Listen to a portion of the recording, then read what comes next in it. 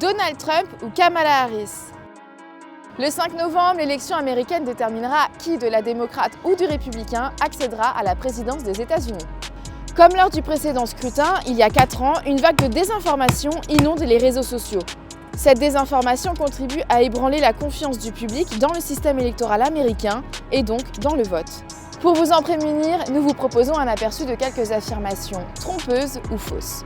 Des publications en ligne prétendent que les immigrants illégaux votent sans avoir le droit, ce qui fausserait les résultats et favoriserait plus un candidat qu'un autre. Mais cette affirmation a été démentie plusieurs fois. Seuls les citoyens américains ont le droit de voter et le vote de non-citoyens est illégal.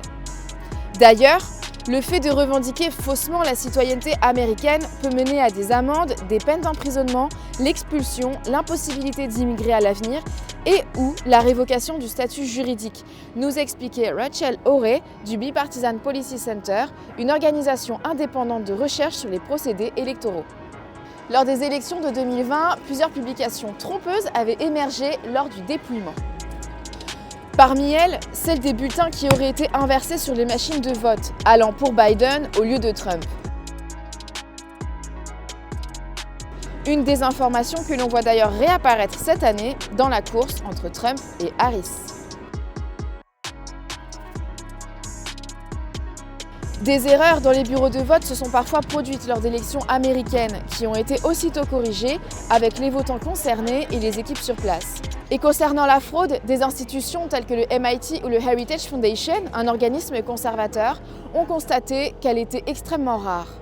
Et cette désinformation amplifie la défiance envers le système de vote américain. Après les élections, le résultat n'est pas immédiatement clair et les premiers chiffres annoncés sont des projections reposant sur les bulletins dépouillés à un moment T.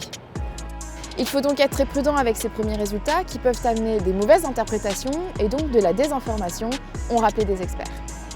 Et les tentatives visant à influencer l'opinion sur les réseaux sociaux ne se limitent pas aux États-Unis. Le directeur du renseignement national américain l'a confirmé. Des groupes d'influence liés à la Russie sont aussi impliqués dans ce paysage de désinformation. Si vous souhaitez en savoir plus sur la campagne américaine et les élections qui approchent, retrouvez tous nos articles sur AFP Factuel.